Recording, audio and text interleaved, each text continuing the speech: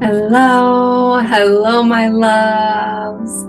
Welcome to the Heart of the Soul podcast. This is a place where we remember what it means to be wild women walking on this earth, connecting through the ancient ritual of storytelling about that which unites us all.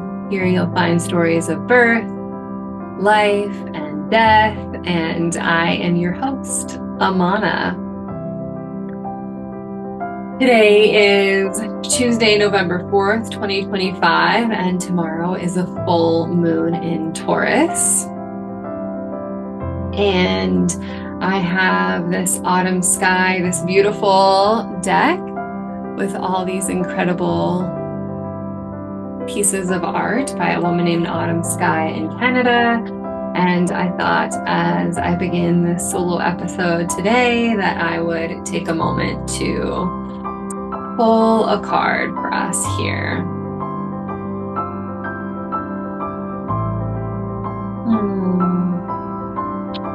So, of course, there's no wrong way to pull a card. Sometimes people like to choose the top card or choose one from the middle. Some people like to close their eyes. Some people open their eyes. I have done many different things, but today I am looking at you and just shuffling through here. Okay. So the card that I chose here today, oh, this looks so tender and sweet.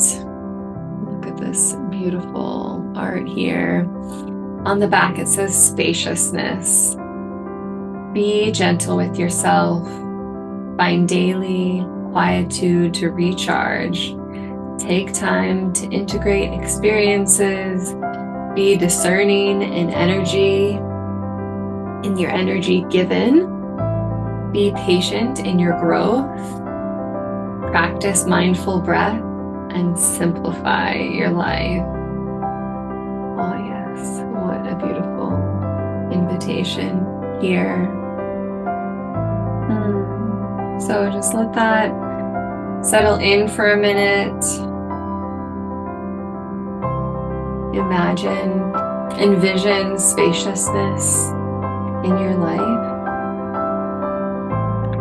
Think about what that would feel like, how that might look for you to create more of that in your life. Spaciousness for you to be with yourself, to be with spirit, to receive messages from your future self, maybe from your ancestors. I am sitting in my mother-in-law's bedroom right now. If you didn't know, we're currently cohabitating, living with her. My father-in-law died last year at the beginning of December. So we didn't move in till summer, but yeah, it's just been a big year. So we're living with her this year as we help prepare and get ready for this beautiful home to be sold and welcome another family to be here. If you've been following along for a long time, for years or whatnot, you may have heard me share my birth stories before. But one thing about stories, well, a few things about stories. The stories that we tell are a reflection of our nervous system state. And they are also a reflection of where we are at within that experience. And the way that we tell our stories change as our state changes, and also like if you had a really big traumatic experience or a death or something like that, the way that you're gonna tell that story right after it happened is gonna sound, feel, and look probably a lot different than you do 10 years down the road. because there's growth and change and integration that normally happens across that time. And of course, there are times where we're telling the same story that we've told since we were like a teenager or something, right? You might find this in people who continue to, like, it's really common to blame our parents for certain things, right? Like growing up. So when we're in our teens or something, we might latch on to this idea of ways that we are, or the way that our life is the result of how our parents were in some way. And we might name and blame that. And although I believe it's okay to name that, and blame can have a place, but blame doesn't like move the needle or move you forward. If we continue to blame our parents for something, like let's say for food, right? Like maybe you grew up with a standard all-American diet and now you're realizing that you really want to focus on nutrient dense food for you and your family. And so you're feeling like, if my parents hadn't, or if they had, taught me how to eat this way, then I wouldn't be having to go through this shift now. But there comes a point where it's our responsibility to be in the driver's seat of our own life and to take responsibility for our actions, our choices. We all have choices. We make decisions, and those decisions have consequences. So all that to say that maybe you've heard my birth stories before, but I'm going to share them here again today.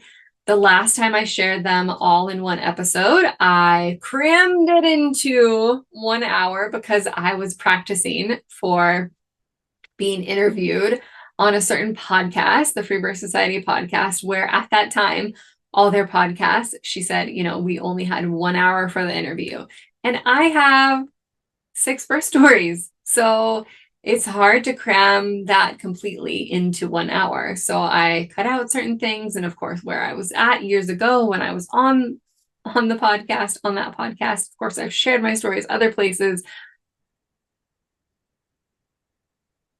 But today, because of where I'm at today, because of the years that have passed, because of the nervous system and healing and grief and body work that I continue to do, my stories change. And of course, also our stories are different based on who we're speaking to. And if we have some specific person we're talking to, of course, I love to speak to you as though I know you, as you listen to my podcast, maybe even each week, that we have some sort of connection, but I actually don't have you sitting across from me, which means you're not asking questions, you're not drawing more out of me.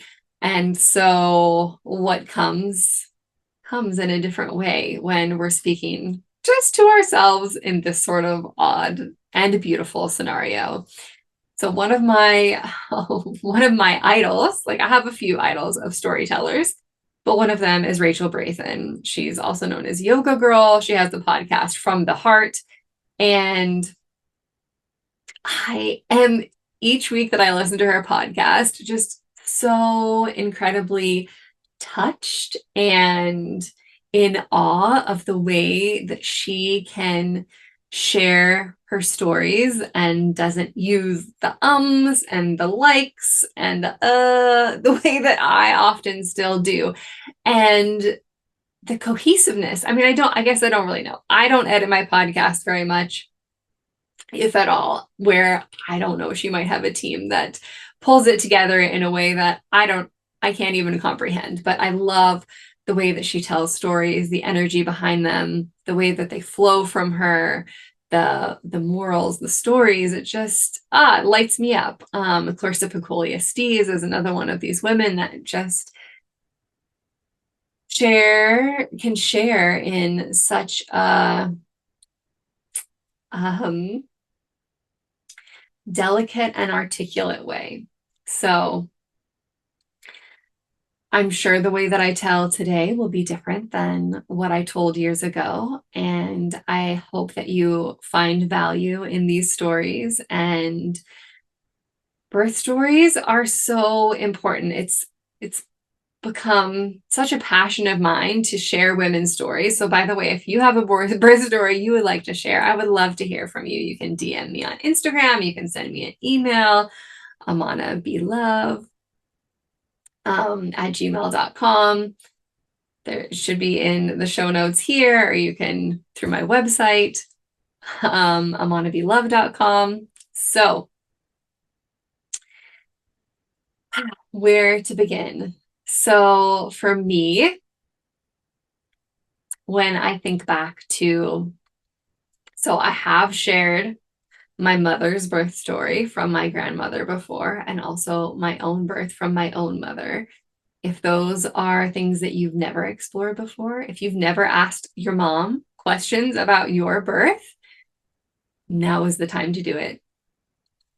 None of us know when our last day will be, and although I hope that your mom lives for many, many more years, if you've never taken the time to ask her more about what your pregnancy was like for her and what your birth was like, what your postpartum was like, those can be such incredible clues and insight to those first imprints and experiences that shaped your soul, shaped your being.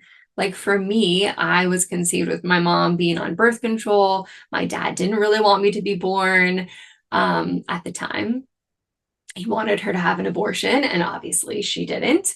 And so I know that there was that energy happening between my mom and my dad and me in the womb and feeling all of this, right? So I have been able to heal and integrate some of this feeling of not being wanted or desired.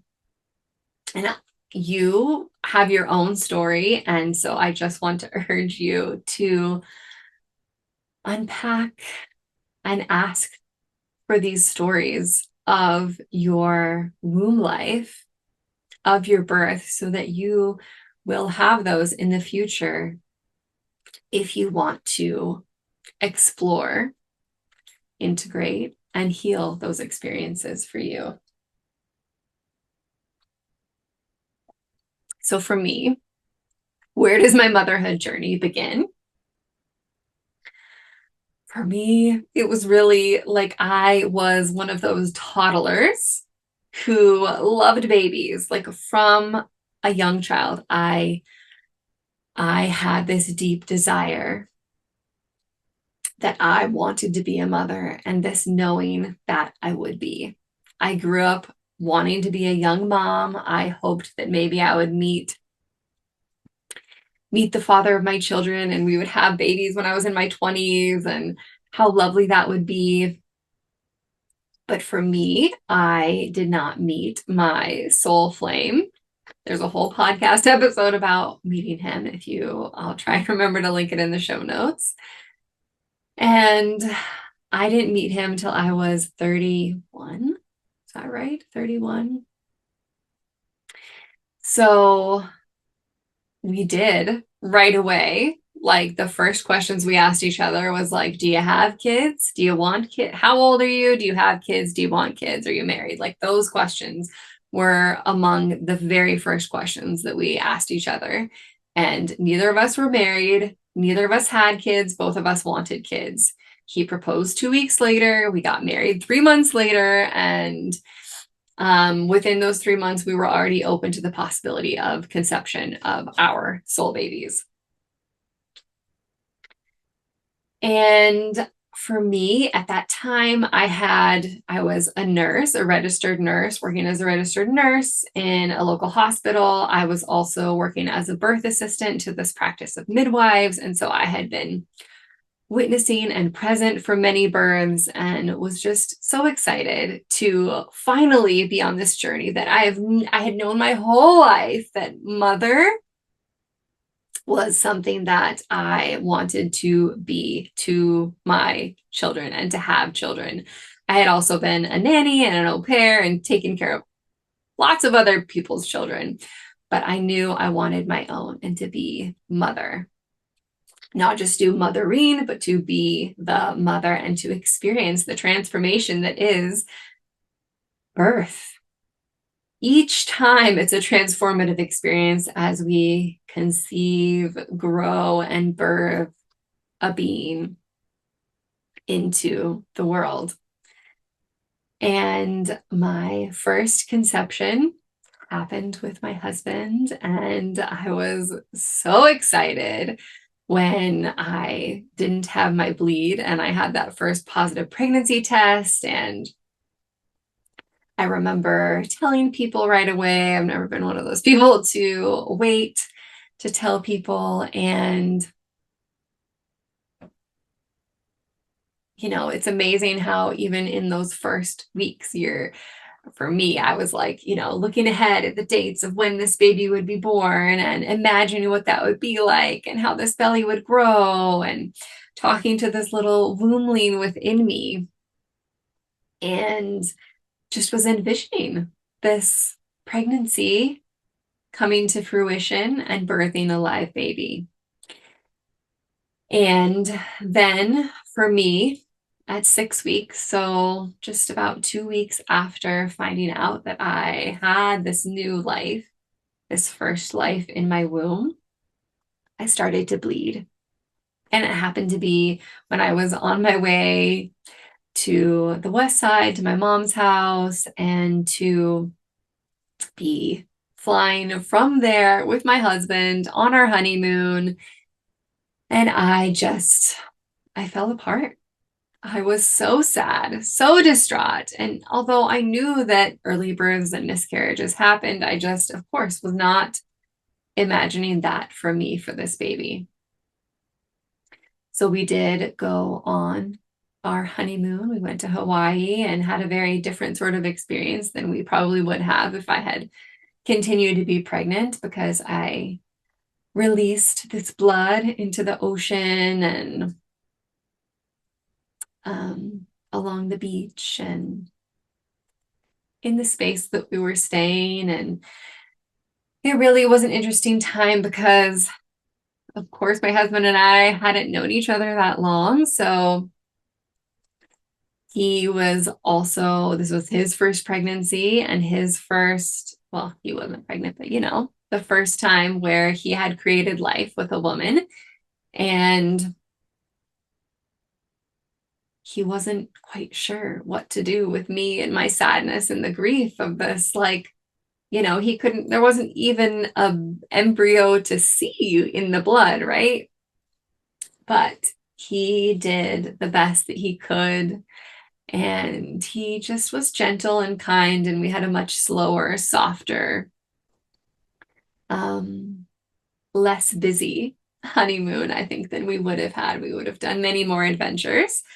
But we had a beautiful time, and we spoke to that little spirit babe and also to our other spirit babes, and imagined that we would conceive again and that baby would then be one that I would birth, and we would grow on the outside and we would get to mother and father this next baby.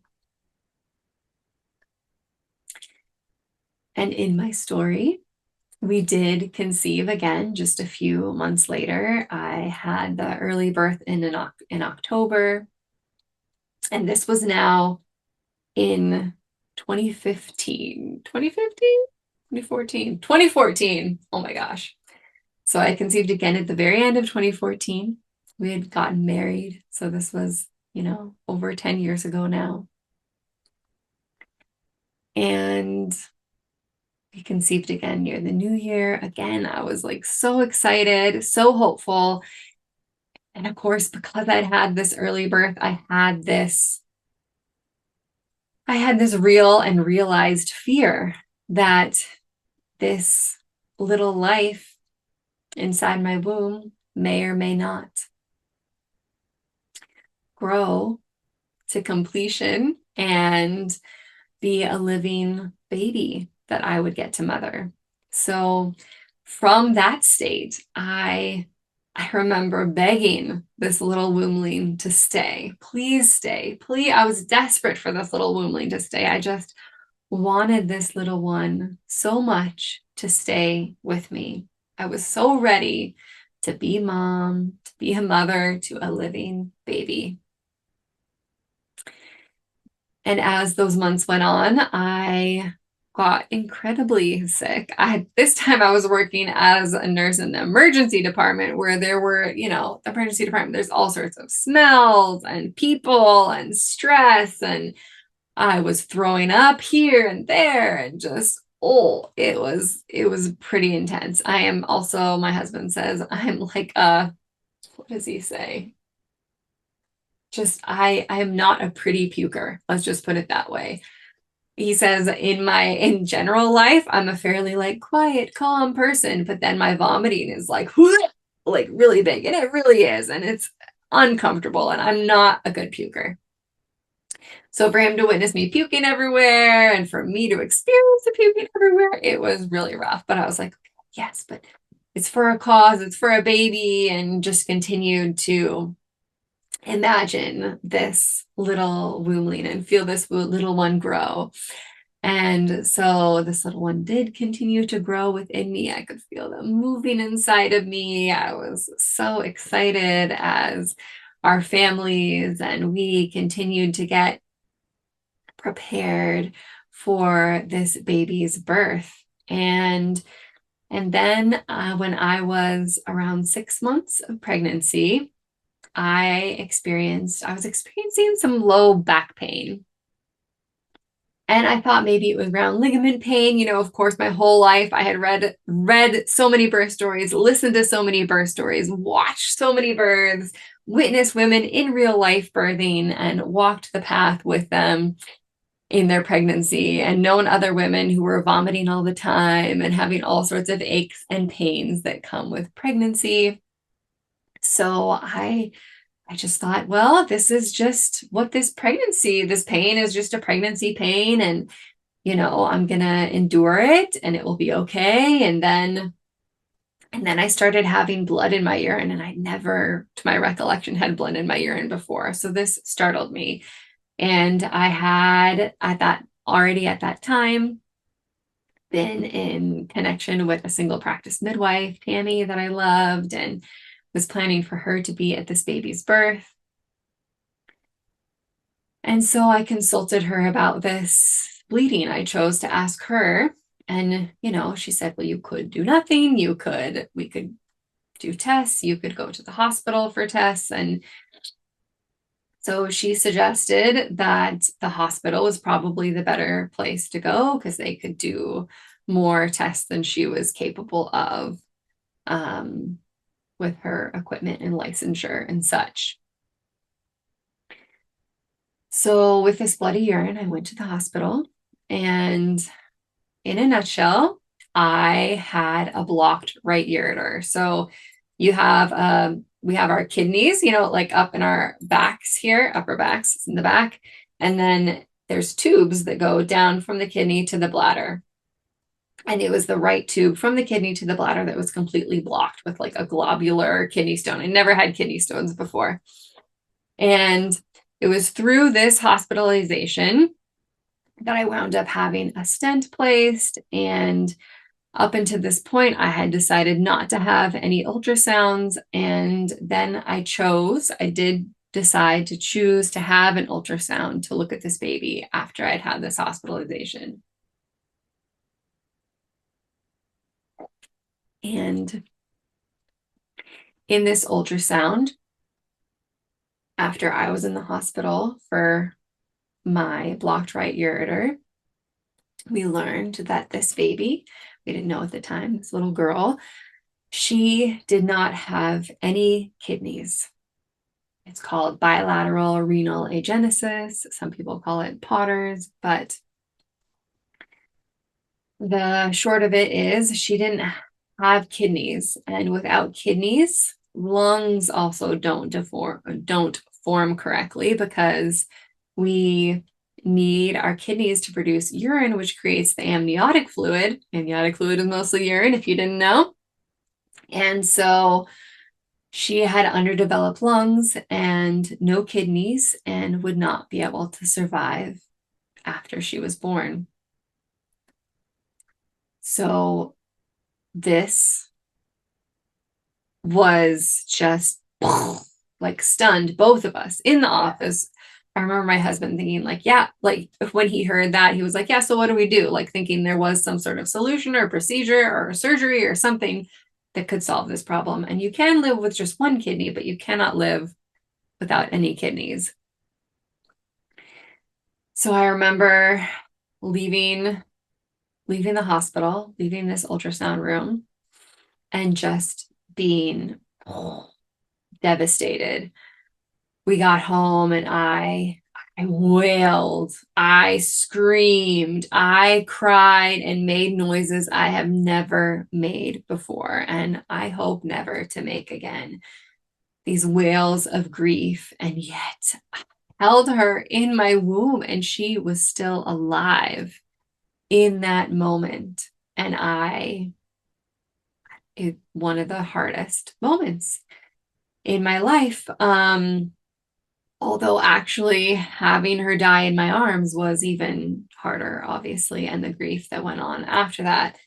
But I remember also blaming my husband, blaming my own body, being upset at universe, like what the fuck, like being so mad, distraught, so sad that now I had this little wombling that had been growing within me for 6 months and was moving, and I was so in love and so excited to meet this little one and mother them, and then to learn that I was not going to get to mother this one in the same way, earthside, that I had expected. Yes, I mother her in spirit, but it's not the same as a physical embodied baby. I remember they offered, when I was in that ultrasound room, they offered that right then they could send me up to OB and induce labor, which for this baby, labor meant birth, which meant death. And I was, hell no. I made the decision that I wanted to cherish and enjoy and be with this little wombling for as long as she was alive within me, knowing that when I birthed her, she would die. But this was the treasured time I got to be with her. And so we embraced the pregnancy in that way. And my husband and I and my extended family, we made really conscious, intentional memories with her. I took a trip to go see my dad. I went and saw my mom. Like we had people visit, and my mom, she was an elementary school librarian, and of course she'd imagine reading books to her grandchildren, and so she took the time to read to my little wombling while she was still in my womb. And then the path towards this birth became this whole other type of experience, knowing that I was not only preparing for birth, I was also preparing for death and for grief and all of that would come after. For my milk to come in and for there to be no baby to drink the milk. I am so blessed. I'm so blessed, though. I don't even know how to express. It makes me want to cry. But I have been so blessed with so many beautiful women in my life, such an incredible community of friends near and far, that these 14 women in my local community created and gathered and gifted me an unusual blessing way ceremony, because it was a blessing way, but not with the knowing that this baby was not going to live. This little one, we decided to name her Hartley. We didn't know if she was going to be a boy or a girl, but we decided on the name Hartley. And these women created this beautiful ceremony in my backyard with these tapestries and fairy lights, and it was sort of in the evening, and they created this incredible throne that I sat on, and I had henna on my belly, and they rubbed my feet and created these rituals and ceremonies to honor this baby, to honor this life and this birth process and this way of mothering that I was stepping into. And I will forever be grateful for the way that my community held me in this time, for all the care packages that I received, and letters and food, and just all the loving support in a time when I couldn't always respond back, right? Like in grief, you can't always respond. When I received, at least I couldn't. And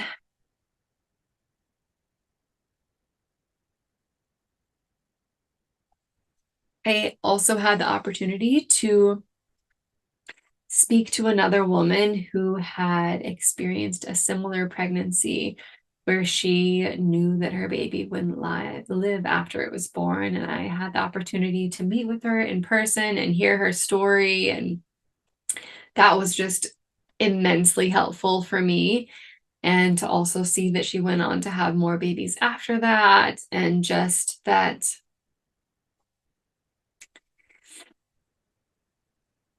just to see someone else in a further down the path, more integrated grief state than I was in, right? I was like in it. I was in this complex grief, unknown, preparing, anticipatory grieving of the knowing that I was going to birth a baby that would die. So I continued to plan for a birth at home. And my same midwife continued to care for me. And of course, the care shifted and the conversations changed. And yet I still was preparing to birth this baby. And it was going to be my first, like, big full-term birth, knowing that she might come early, but knowing that she also could be full-term. And as the story goes, labor began for her in the evening on a Friday. I was actually I'm thinking about, I was in this room. I was in my mother-in-law's room when I started having these regular sensations, and I was sort of trying to ignore them. And my husband was like, "Hun, I think that these are like coming consistently. Would you like to go home?" And I said yes. I decided I did want to go home and be in my own space, because here we're like 40 minutes away from where we were living in our own home at that time. So we got home, and I just, I would have never been ready for labor to begin, honestly, because I knew that labor meant birth, meant death. I decided to try to slow down labor by taking a bath and having a glass of wine. I asked Owen to go to sleep, and he did. Although the labor slowed down, it continued gently. Gently, the labor continued on through the night and into the next day. And it just was a very slow, gradual progression of sensation of these contractions that just slowly escalated. And I moved with them in my home. I eventually got in the birthing pool. Night came again. I remember starting to get so tired. I remember vomiting.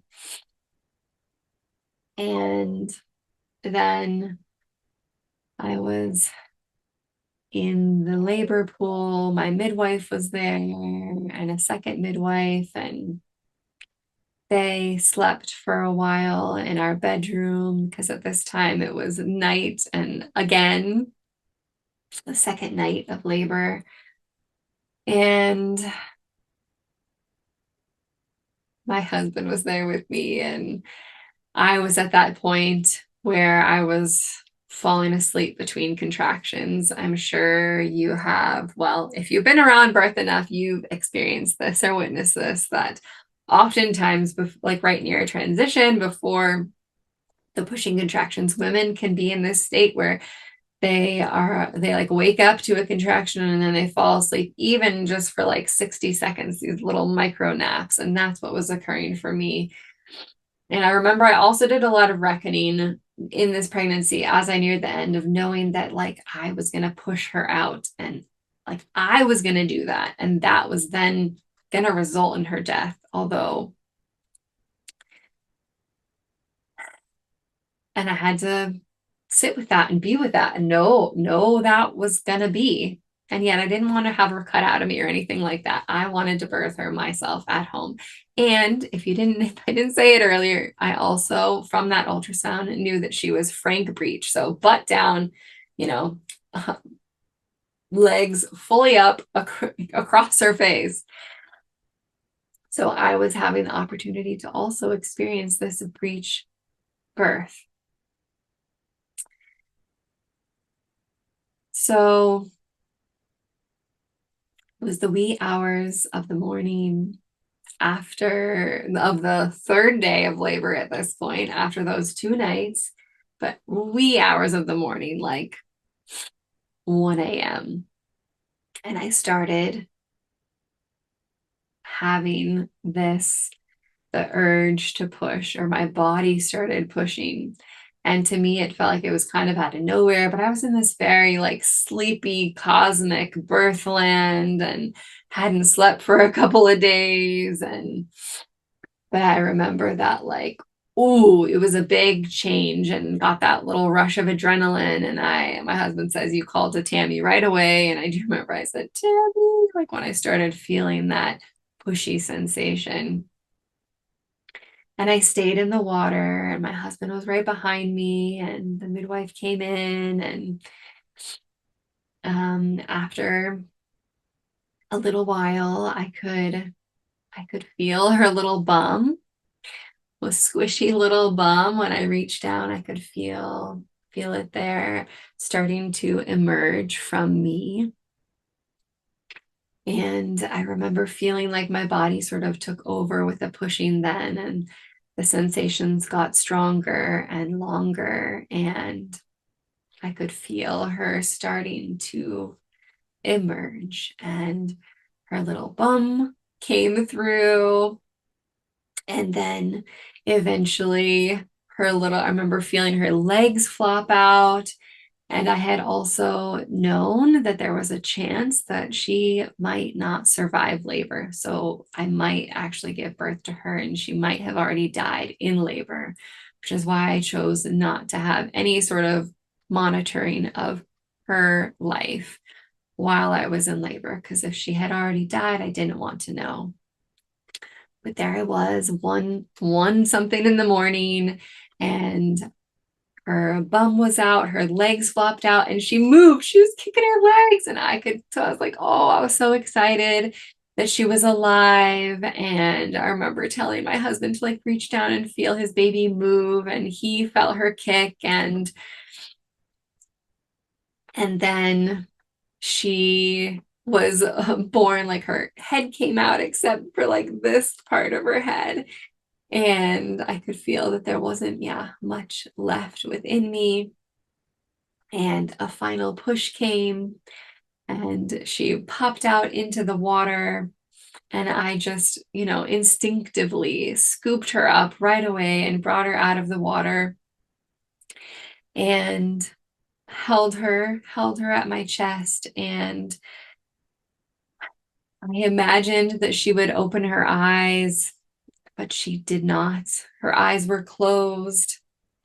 Her mouth was open. She did take a few little breaths before there were no breaths. and there was no life. And I just held her as she died in my arms, my husband holding me as I held her, and got to just really be with her in that moment, in those few precious moments of her outside of me. Held her there. We wept and wept and wept together. And looked at her, looked at this incredible, beautiful little baby that we had created together.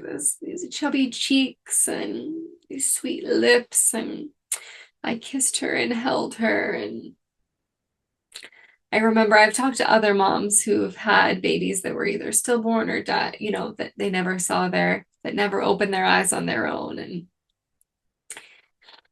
some of them just never looked at their baby's eyes, but I had this urge to open her eyelid and look at her little eyes, and so I did. And I did birth her placenta while we were still in the bath. And then we moved to the bedroom.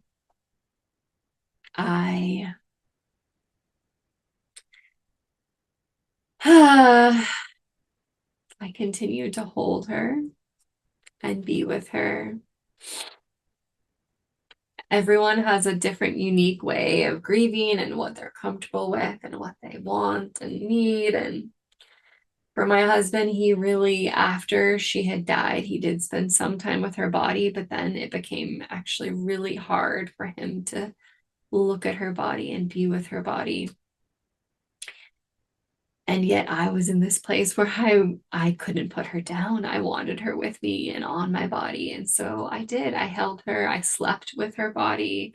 I took photos of her. I looked at her. I touched her. I kissed her. I imagined what it would have been like to nurse her. We had a couple of family members the next day who came to see her. And I took a bath with her and anointed her body with oils, did a few different ceremonies and rituals that felt nice. I remember taking her body out to feel the fresh air and sunshine, to see the sun on her skin. And and not that day, but the next day was when we decided to have the people from the funeral home come and pick up her body to be cremated. That's what we chose at that time. And I remember that was just, even though her body, I didn't keep her body on ice. You can keep bodies on ice, and that helps preserve them and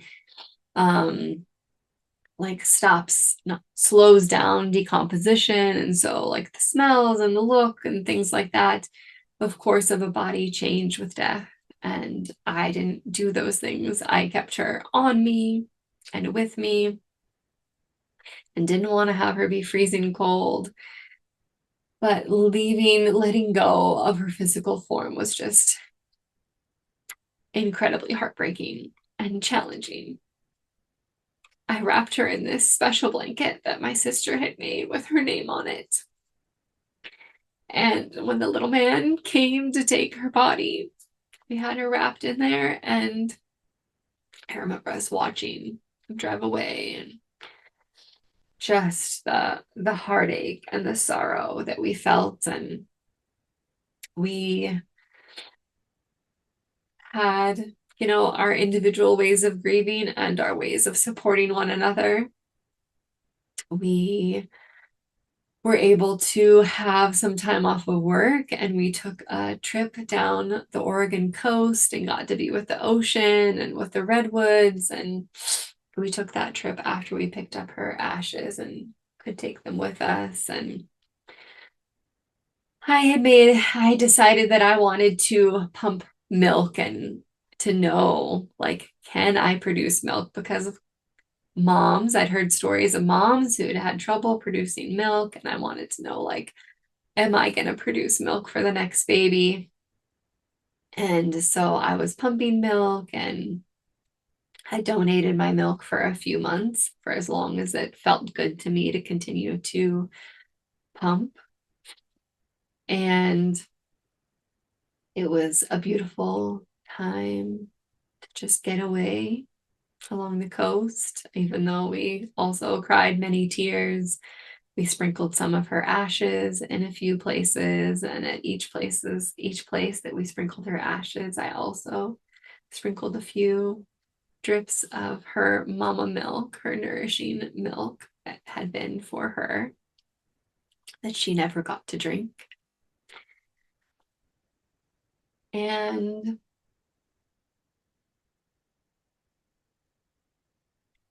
that was just one of the darkest times of my whole life. That time after she was born. Yeah, I'm not going to go into more detail there because I have more stories to get to here today, and I don't want this to be too long. So I will move forward. But if you want to hear her story more in depth, I do have a whole episode where I share just her story.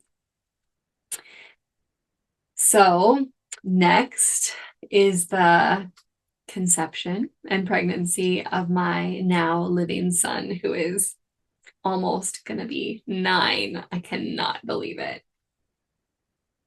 It's incredible. So, although I did feel open to the possibility of conception within like a month or two, we did not conceive right away, although there was opportunity for that, which I know and believe that my body was so wise not to kick right back into pregnancy, but to allow my body some time.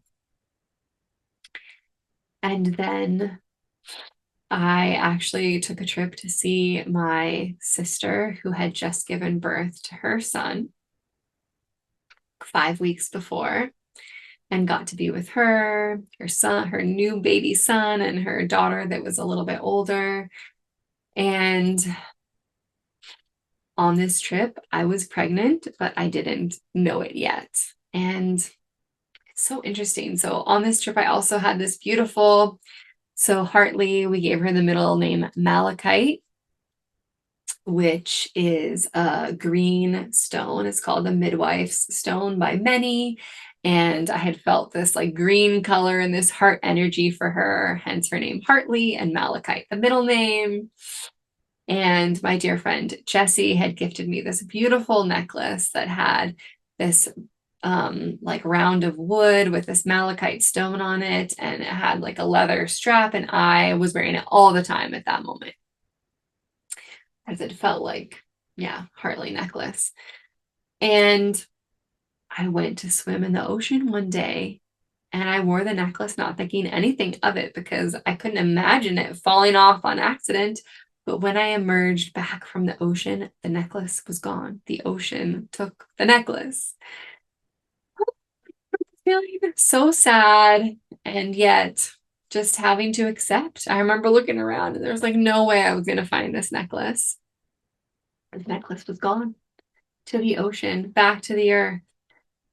And when I returned home is when I decided to take a pregnancy test. I think I did it while my husband was at work. I know he wasn't around when I took the test, and was so thrilled to see that I was carrying another life in my womb. And I also knew that this life, like that, because there's life now, like tomorrow is guaranteed to nobody. In my grief journey with Hartley, I'd had the opportunity to be in connection with and hear stories of so many other women who had also experienced similar losses, who'd had babies that had died.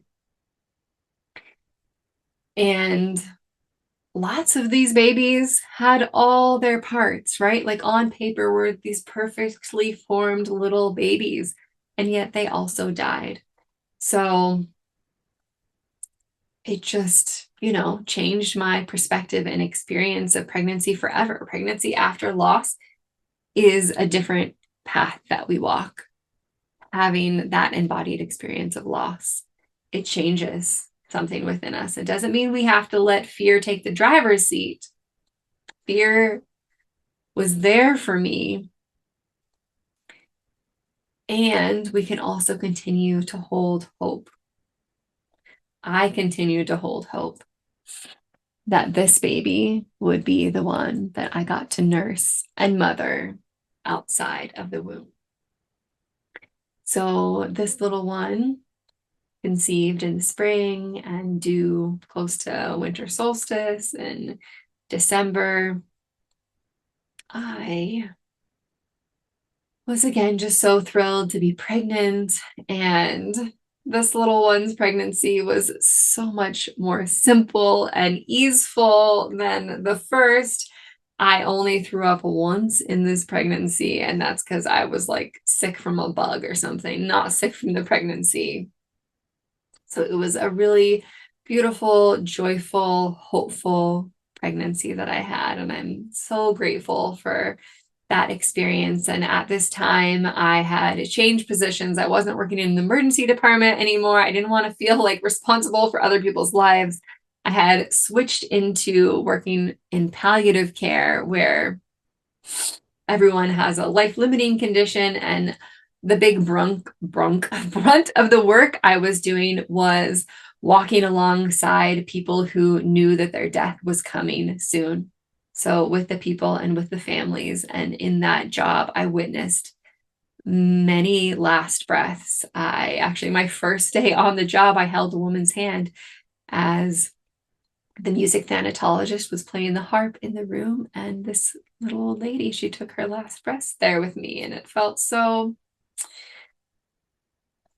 it reminded me the energy of birth and death, and how they're just, one side of the other, and we come to go, and we don't know when our death will be, and just the potency of these thresholds of birth and death. So I was working as a nurse and growing this little baby, and again, preparing for birth.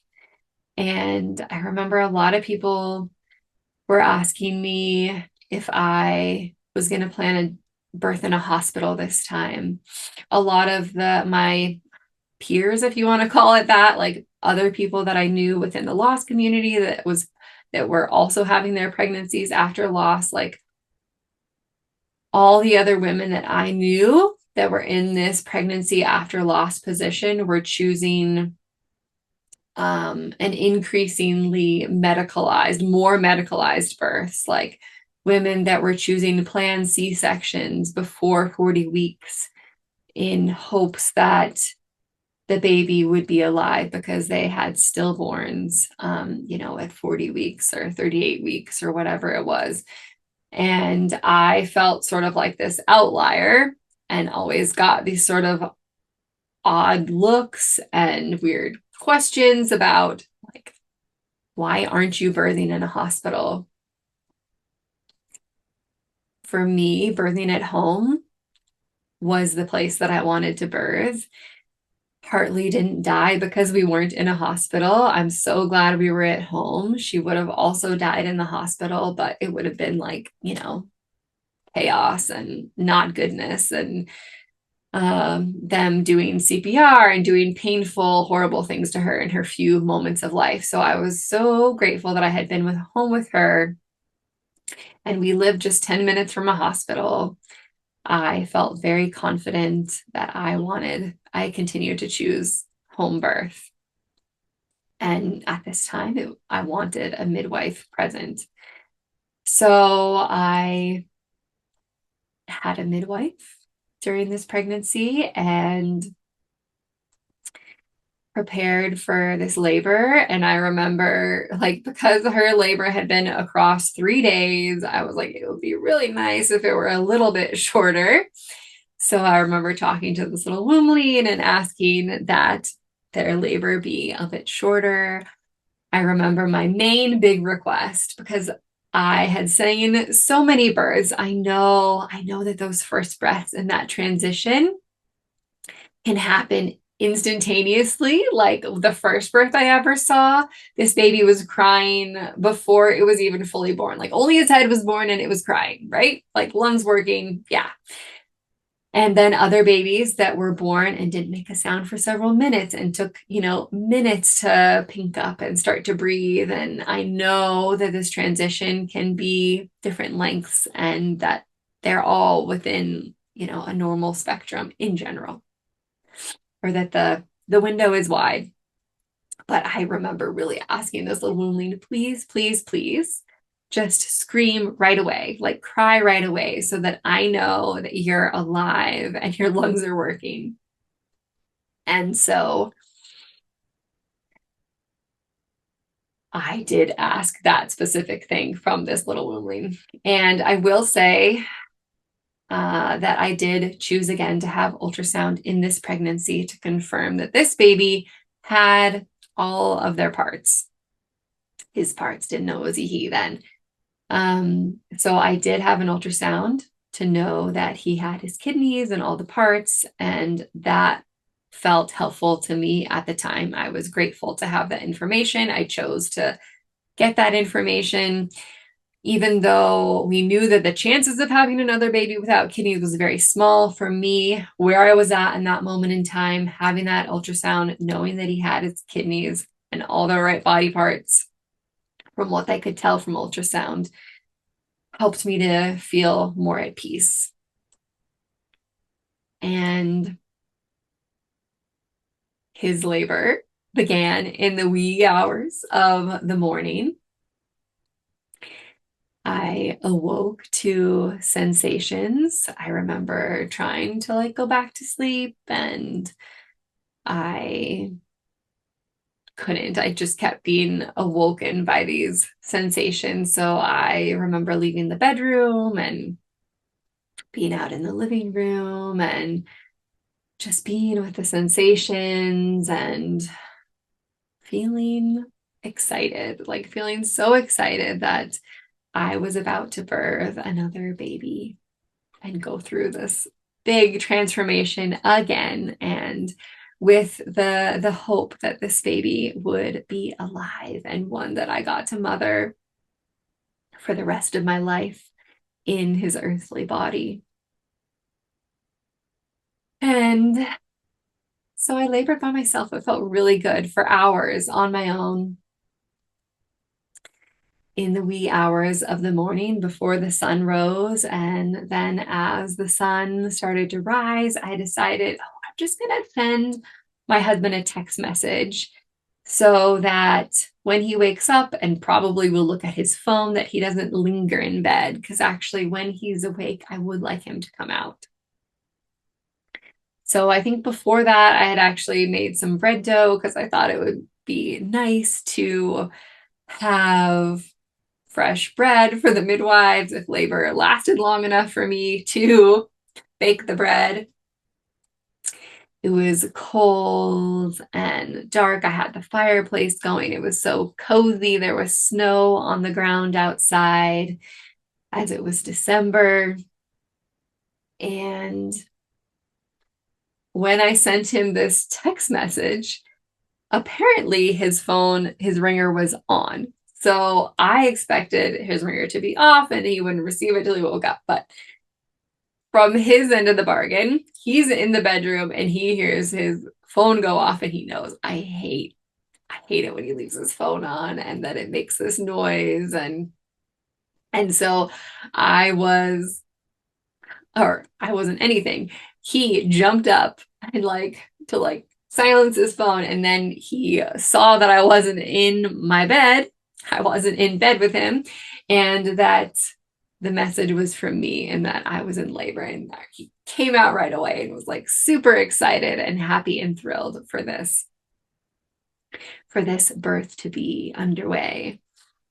And he, came out and was like, what can I do? And I didn't say this before, but if you don't make a short list for your husband or support people to do at the beginning of the birth, this is such a good tip. have a short little list of tasks that you would like done at the beginning of your labor before it gets really intense and you want them closer and more attention and all of that. I've done this in all my labors and it's been so helpful. So for me, things are like vacuum again, like vacuum the area that I'm in, set up the birthing pool if I'm having one, do a deep scrub of the toilet and the bath, the regular bath for me, so that I can, if I need to vomit or if I give birth into the bath or give birth into the toilet, that it's nice and clean. So I had those few things and he got going on the things that I wanted him to do to prepare as I was in labor. And I remember that after he had been in my space for a little, I could feel just like the sensations just took it up a notch. It felt like I was at this level, of sensations, and they whoop, and they were much stronger. He had asked like a few minutes before if he could go take a shower, if I was okay with him taking a shower after he'd completed these little tasks for me. And I was like, oh yeah, sure. I was still feeling okay. But he gets in the shower and this uptick of sensations just started to feel like, whoa, like this is much more muchiness than I was expecting. And so as soon as he got out of the shower, I decided to get in the shower because I'd known women who the warm water helped them to feel more relaxed and to slow down sensations and to make their labor less painful. But I got in there and it didn't do jack shit for the pain. My sensations just kept going up and I was timing them a little bit, but not so much. They were definitely inconsistent. And well,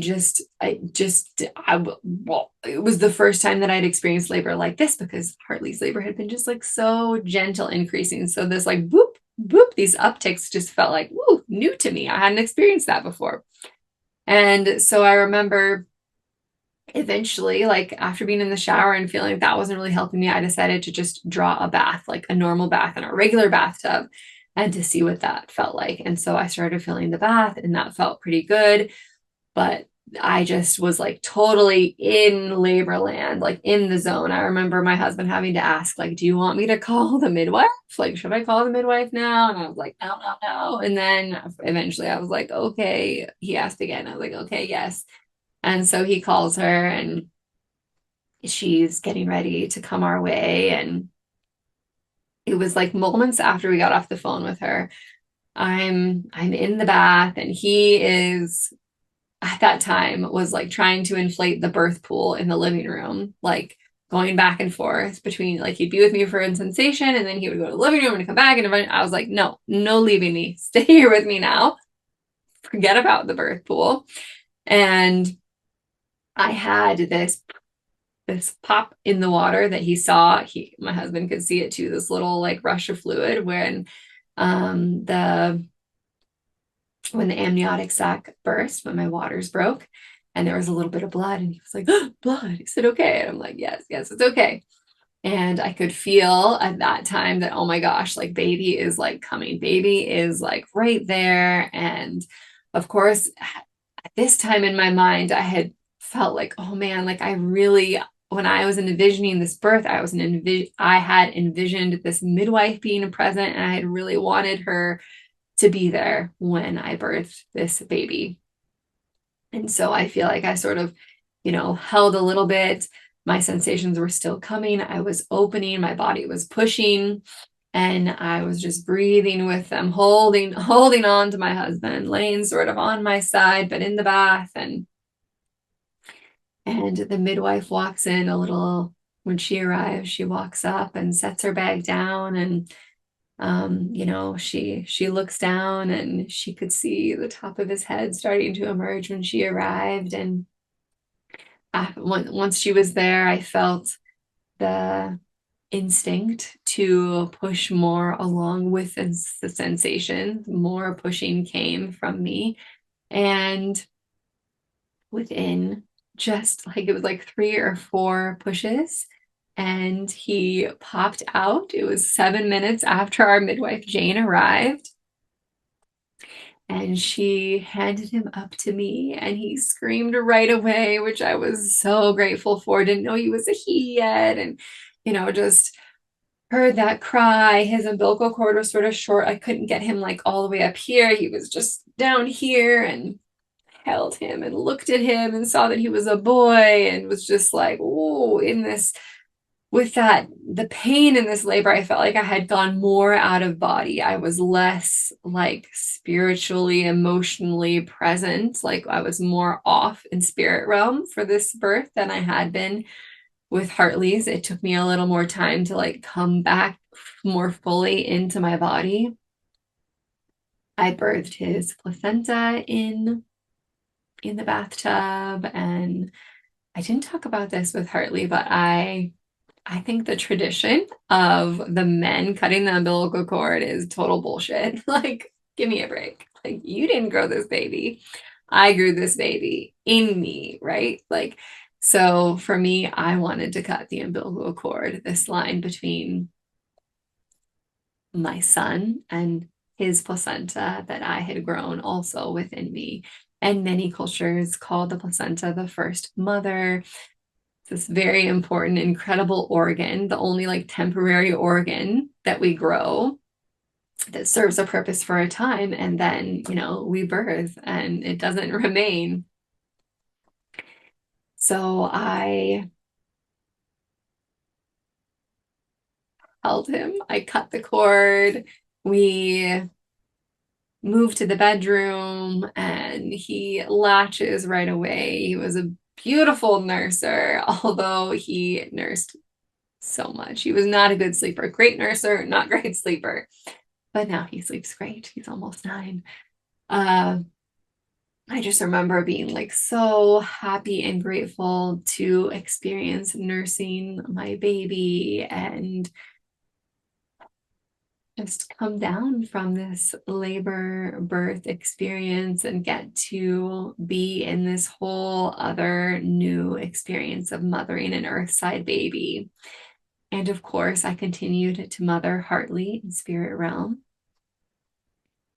And he nursed and nursed and nursed and nursed and nursed and nursed and nursed. And I did also have, in his early postpartum, of note, at that time I experienced, more complex grief that came up.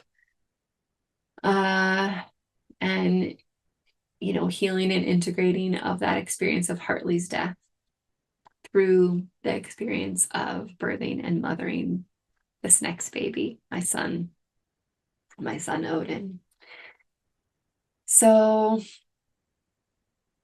trying to think if there's anything else that I want to share with his story right now in this episode. I think that feels complete for now.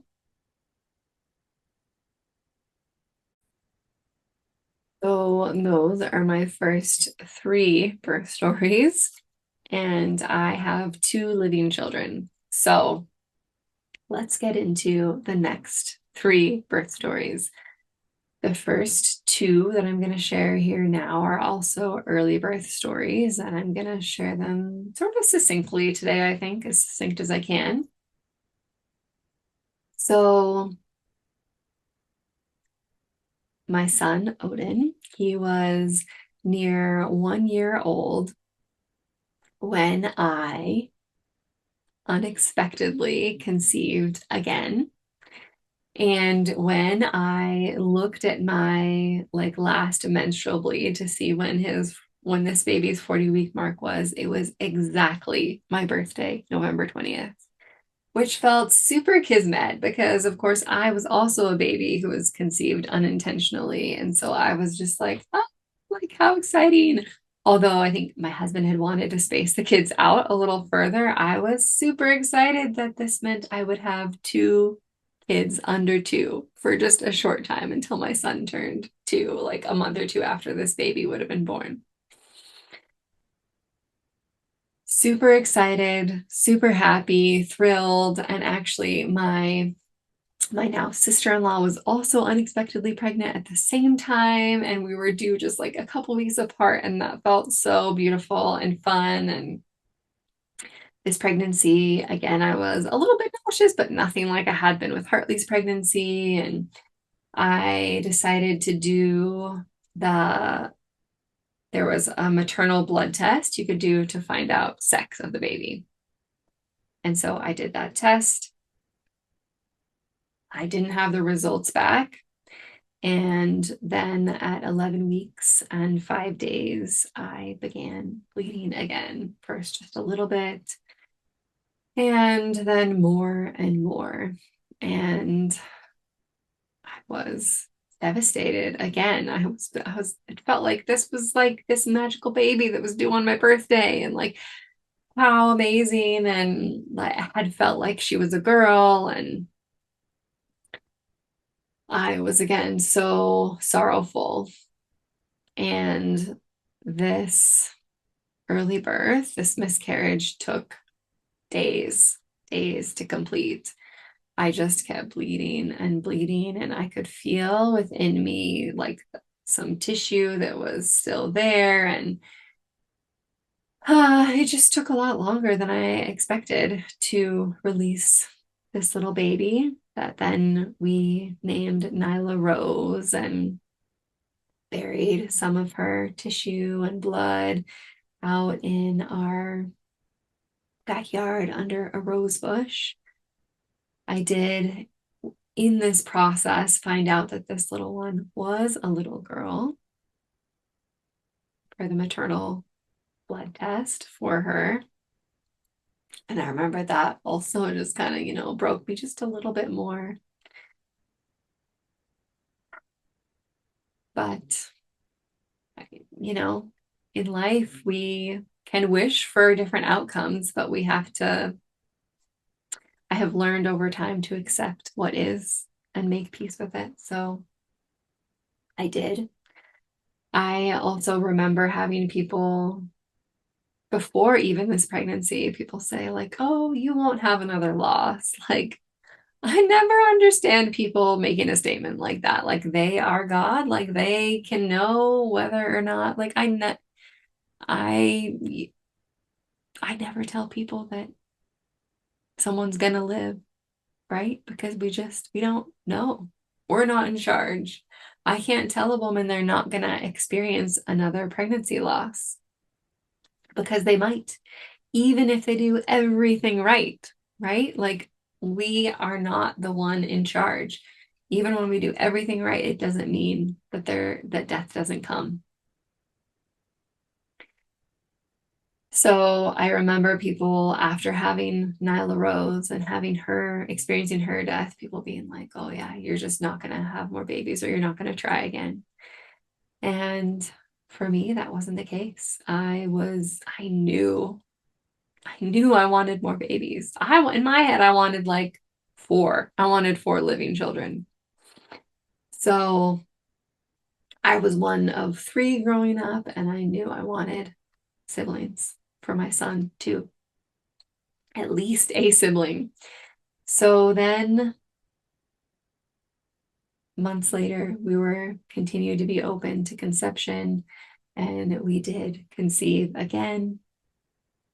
And also were again delighted, excited, and held the knowing that, after pregnancy loss, that this doesn't mean a living child. So in this pregnancy, just 2 weeks after I found out that I was pregnant, I started having bleeding at 6 weeks of pregnancy again, and had another early birth. This one took less time to complete. And yeah, it was just a little more easy, I guess, if you can call it that. Still heartbreaking and sad. And I still continued to hold the hope that there would be another baby. And for the next several months after that, like, some women talk about, a lot of women conceive the cycle after a miscarriage. Some people say you're like hyper fertile in that time. I never conceived that very next cycle. And then this time I also didn't conceive that very next cycle. And I remember it was near summer solstice. It must have been, 2019, near summer solstice. And I was just like, I was in this place of the unknown and knowing that I don't have control, that I only have control over, not much of my life do I really have control over. And so I had this reckoning. I call it a reckoning again with universe, where I had this night under the stars, the moon near the summer solstice. And I was just like, I guess it was just before the summer solstice, where I felt like, okay, universe, like you have put this desire within me to be a mom. I have my son Odin, and I could feel this female presence, this daughter in the sky. And I said to universe, like, please, like I can't handle too many more of these deaths. Like, please, like if she's meant to come to me, bring her to me now. And if she's not meant for me, if I'm not meant to grow and mother another baby, I'll make peace with that. But I was, at that time in my mid-30s and ready to, wanting to have that next baby. And then that next cycle with the summer solstice, we conceived my now daughter, who is 5 years old. So her pregnancy began again, so excited.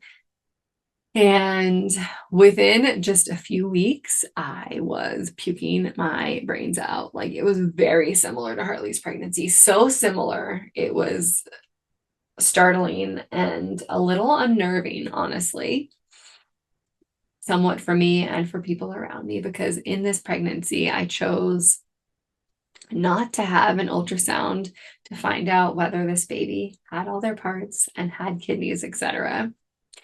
And in this pregnancy, decided I wanted to have a free birth. Like last time, I was sort of like waiting for the midwife to arrive, because that's what I had envisioned and planned and wanted for that birth, was for the midwife to be there. And so for this next one, I decided I actually don't want to plan for there to be a midwife there. I wanted to just be my husband, my mother-in-law, my son, my friends. I invited 2 friends to be there with me, because I'm obviously a birth junkie, a birth nut, devoted to women and birth, and love birth stories and photos and videos, and hadn't had those. Well, with my sons, actually, the woman arrived while I was still in the bathtub with him. And so I have a few photos of right after he was born, but no photos of labor and things like that.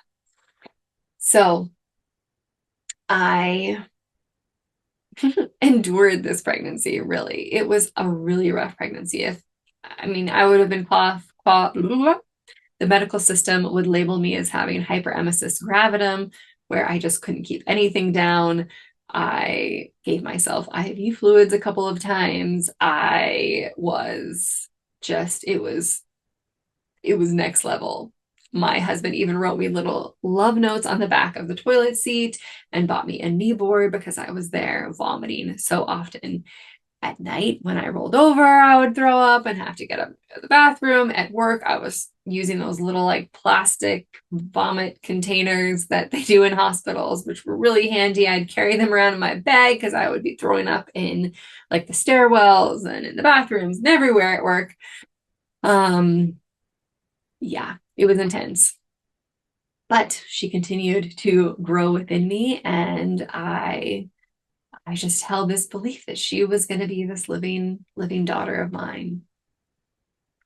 And excitedly prepared for her labor and birth. And I knew that this was probably our last baby, although I wanted more. My husband was happy with 2. He was from a family of 2 kids, and he didn't want to have more after her.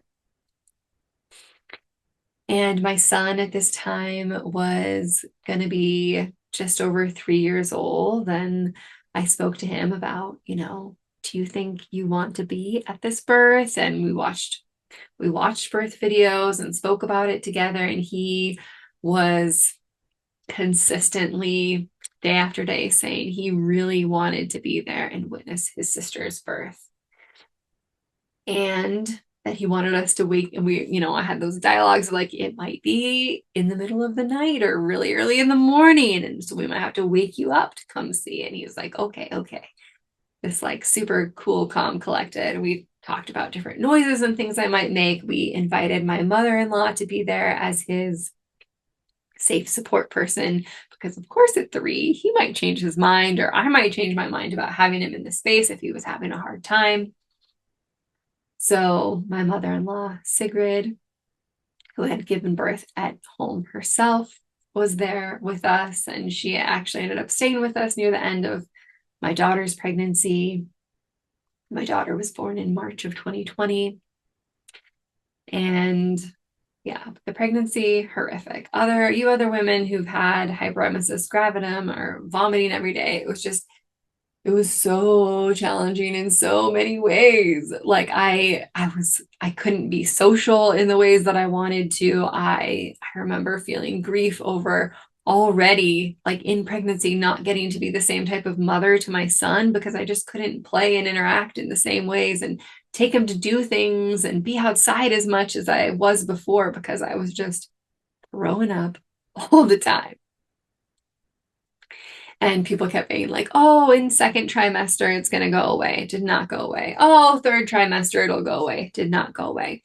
It wasn't until, I think I have it written down somewhere, something like 37 weeks. It didn't go away, but I stopped throwing up as much each day. Like maybe it was only once or twice a day rather than like 15 times a day like it was before that, or more. So I intentionally created this beautiful space. I had birthed my first 2 babies into water. So I kept having this vision of her being birthed on land, not in the water, basically. I didn't know where. I thought maybe in the living room. And so I created a beautiful, like sort of birth altar-y space out there, had photos of my ancestors of both sides of the family and babies, and pictures of me as a baby with my mom, and this different beautiful like pregnancy and mothering art. I had this big mirror. I bought a circular mirror, like a round mirror that I would be able to hold or have on the ground to be able to see myself opening if I wanted to, and my baby emerging. And I decided I didn't want a birth pool this time. We were in the same house. I birthed my son in the one bathtub. I'm like, if I want to get in the water, I'll just birth this baby in the bathtub. And then also my son was born at 40 weeks and 1 day. And so I figured for sure this baby's going to come before that. But no, 40 weeks came and went, and she stayed in until 41 weeks and 2 days. And so my son's labor, I didn't say, but my son's labor, let's see, it was like 6 to 7 hours, like 6.5 hours was his labor. And now my daughter's was 4 hours. Okay. They got way shorter. And I went into labor again in the early hours of the morning. It was the pattern for these 2 at least. And with hers, I woke up and it was like on, like there was no, like with my son, there was, the step up, whatever. Hers was like this like intense, fiery, like I thought she was going to be a Pisces. She ended up being an Aries, because she was 41 weeks. But her labor just began so strong and intense. And I had in pregnancy, like imagine, like I knew the birth stories of women having ecstatic and, orgasmic births. And I had held that vision of possibility for this birth and was hoping that maybe this birth would be that. And labor began, and it was just intense and painful. And none of the ways that I had been able to cope and shift with my son's labor was working for me. I was trying different positions. I was holding my womb. I remember just speaking to her, saying, slow down, calm, soft, gentle, like pleading with her to bring it down a notch. But that's not what happened. It just continued on strong, strong. So although I was awake at first by myself for a little while, when nothing was helping, I decided I wanted a witness. I wanted my husband. I wanted his presence, his loving touch, and just him being there with me. And I wondered if it would like shift the pain at all, not change the pain, but it did feel nice to have him there. And he wound up calling our friends, Clementine and Rakana, and they arrived just beautifully and sweetly. And one was doing photos and one was doing video. And I, sorry,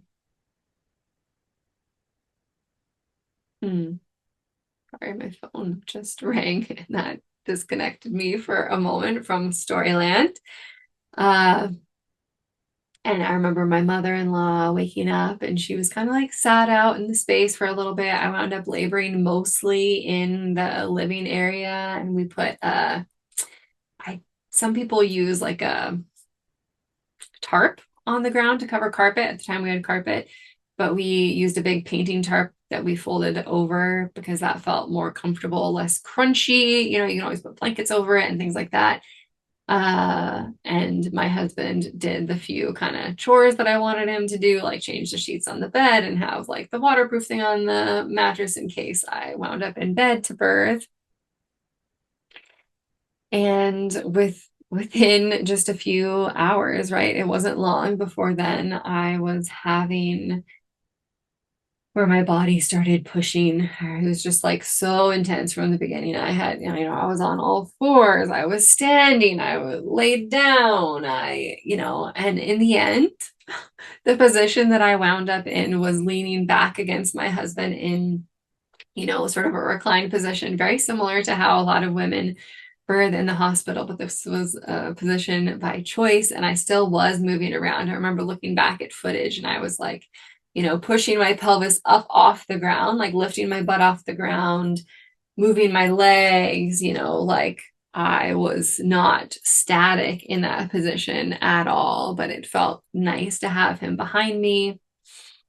And we had a mirror in front of us, so I could make eye contact with him through the mirror, which felt really nice. I had that round mirror down at the ground and could kind of see myself in the mirror when I wanted to. We had beautiful music playing and the lights were low and calm. And when I started having those pushy sensations, I remember asking someone to go wake up my son. So they went and woke him up, and he was just so sweet. And I remember it being hard for him a little bit. Well, I don't really remember it because I was in labor land. It's more actually from getting to see video footage, which is one of the reasons why it can be so helpful to have video.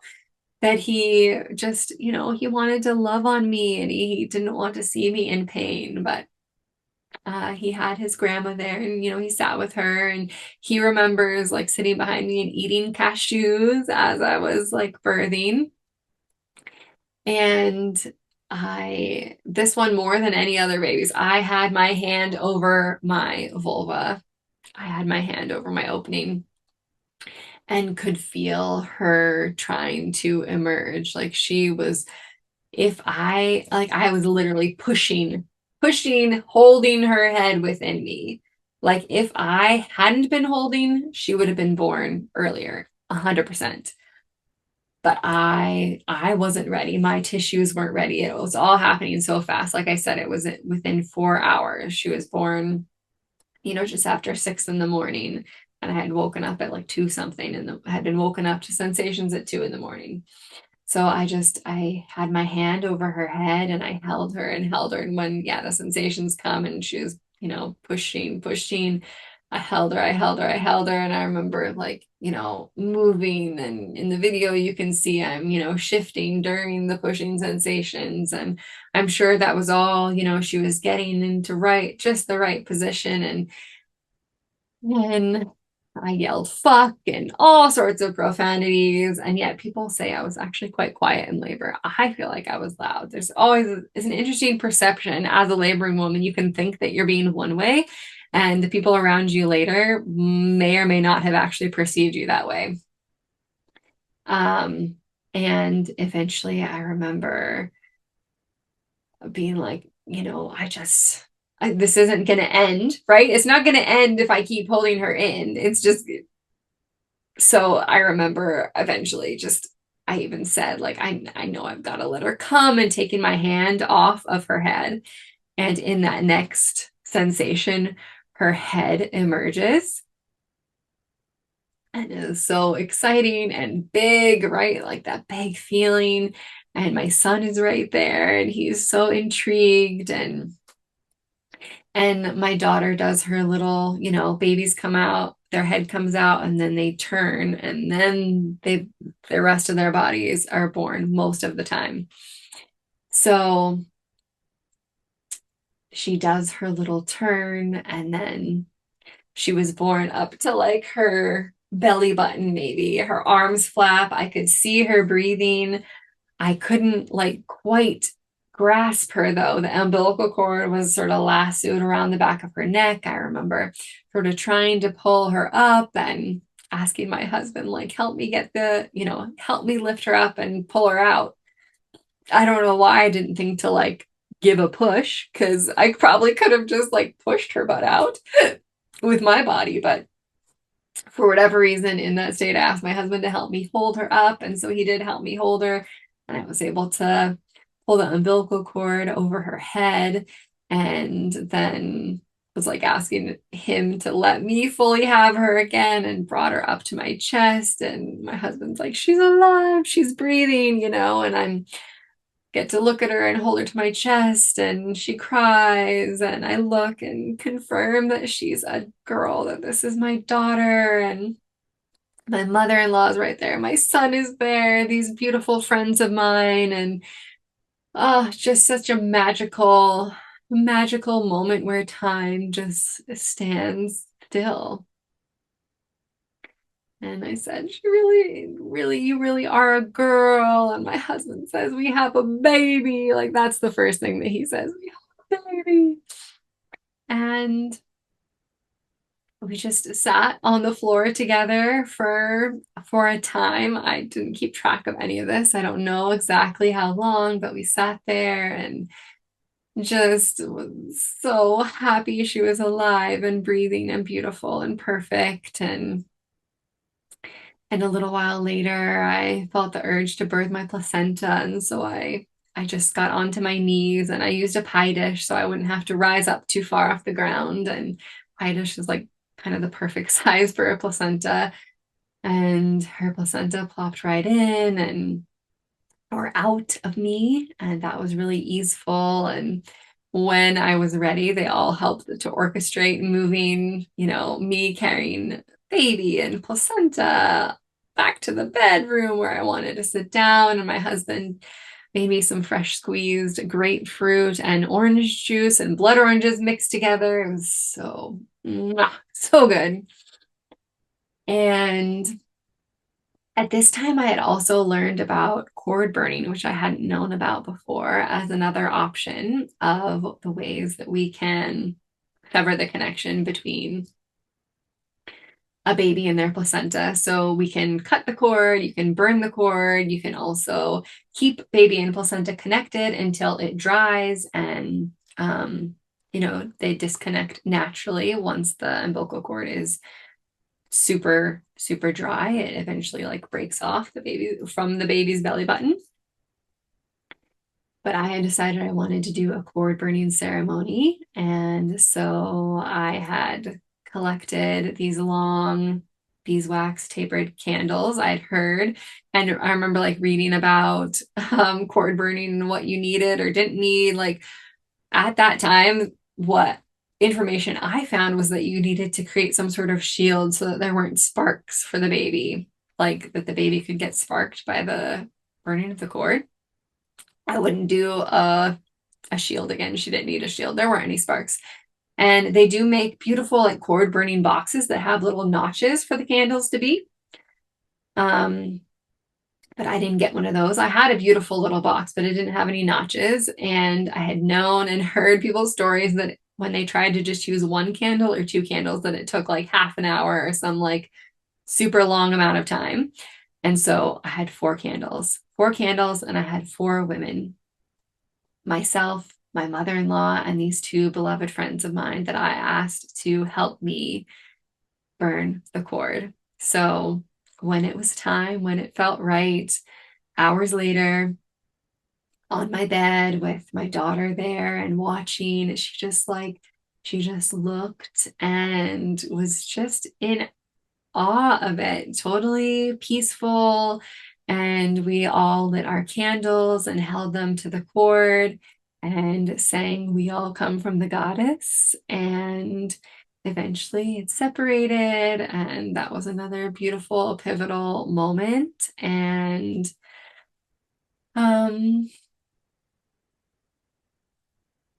yeah, we began our life as a family of four with two living children, and she also nursed beautifully. And okay, so after she nursed, my husband, because we did intuitive toileting or elimination communication, you might know it as that. I like to call it intuitive toileting because you totally use your intuition with this with your children, where you give them the opportunity to void, to pee and poop outside of their diaper. So you don't generally catch them all, but you're giving them the opportunity to do it somewhere other than onto themselves in a diaper. And so we had done this with my son.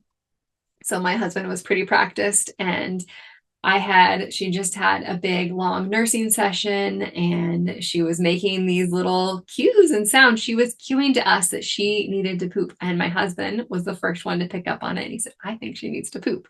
And I said, "Okay." So he took her and he held her over the toilet, and she had her very first poop into the big toilet from my husband's hands, and this huge meconium poo, like that really sticky, tarry poop that's really hard to get off of things, and it all went into the toilet. It was fabulous.